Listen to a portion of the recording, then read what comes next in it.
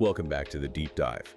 Today we're going to take a look at something that keeps a lot of small schools from growing. We're talking about operations that move from, organized chaos to actual control. And just to be clear, we're helping school founders and administrators get out from under all that paperwork. That's it, exactly. And we see the same story all the time. You're running a school, not a tech company. You want to modernize, but you're worried that if you change anything, even if it's that fragile, you think the whole thing might just fall apart. That's the if it ain't broke, don't fix it idea, even when you can see all the cracks.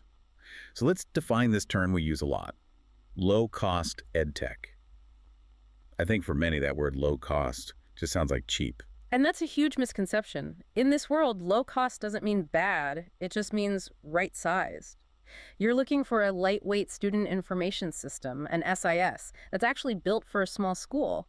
You shouldn't be paying for features designed for a massive university. So you're paying for what you actually use. Precisely. The things that replace your spreadsheets and save you from making critical errors. Okay, but let me push back a bit. Why can't I just get better with my spreadsheets? I mean, they're free. What's the real advantage of an SIS like DreamClass?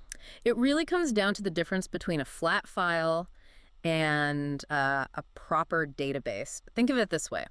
In a spreadsheet, if a student moves, you have to remember to change their address in, 4 or 5 different places? The main roster, the contact list, the billing sheet. The bus list, yeah. And if you miss just one of those, you suddenly have bad data everywhere. And that's where the mistakes happen. Exactly. In a real system, you change that address one time, just once, and it automatically updates on the report card, the invoice, everywhere. That's your single source of truth. That's what you're paying for. I like that framing. Oh. Okay, so let's talk strategy. We call this incremental modernization. The idea is, don't try to boil the ocean. But I want to challenge you on the first step you always recommend. You say start with attendance. Isn't that a little boring? Everyone wants to start with the flashy parent app. I get it. But you have to build the foundation first. Attendance is high stakes. It's tied to funding, to safety, to compliance. It's a legal record. So you lock down the essentials before you do anything else. You have to. Then, once that's digital, you move to grading. This is a huge win for teachers. They stop doing manual calculations and handing stacks of paper to an admin who then has to retype everything. And that just naturally flows into the third step, which is communication.